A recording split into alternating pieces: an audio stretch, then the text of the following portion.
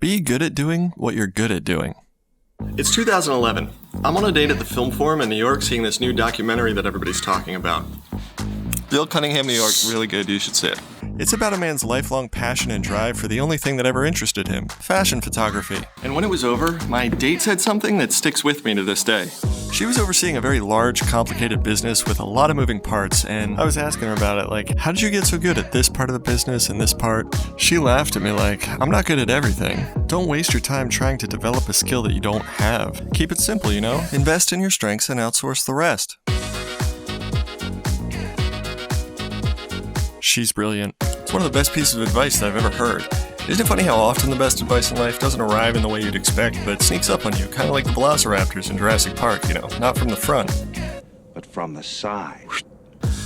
These are a lot of the books on screenwriting that my friends who write screenplays professionally tell me I do not need to read if I want to learn to write a script. Stay with me.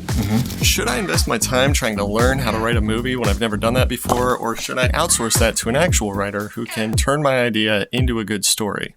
It's not that I'd have no part in the writing process, I do want to write it. I just want to make sure that you also have a good time when you watch it, so it might help to collaborate with someone who's done this before. Ideally, this would be a person who can help me tell a version of the story that I'm interested in telling, while at the same time being excited enough about the idea to have a sense of ownership in the work. They also need to have an intuition for how to build the engine and drive shaft at the heart of what makes a good story run. And you know what? I know just the girl.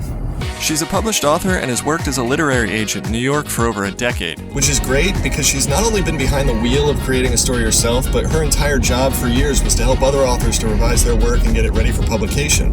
Oh, and one more thing. It just so happens that she's my sister.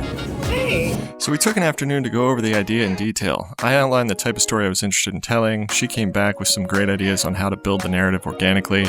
It took a few hours, but I think we hashed out a pretty good foundation, at which point I asked her if she wanted to collaborate with me on the script. Yeah, I think there's a lot of potential there. All right.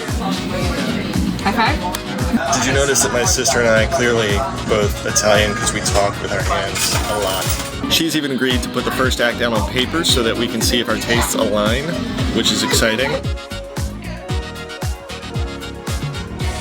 All right, vlog number 4, we're in good shape. We have our writer, we have our story, boom. Now, if you've been wanting to know what the story itself is about, I figure we'll go into a little more detail next time with like a log line or something like that. Thank you for watching, stay tuned, and we'll see you in the next video. Bye now. Seeing this new documentary that everybody's talking about. Seeing this new documentary that everybody's talking about. Almost again.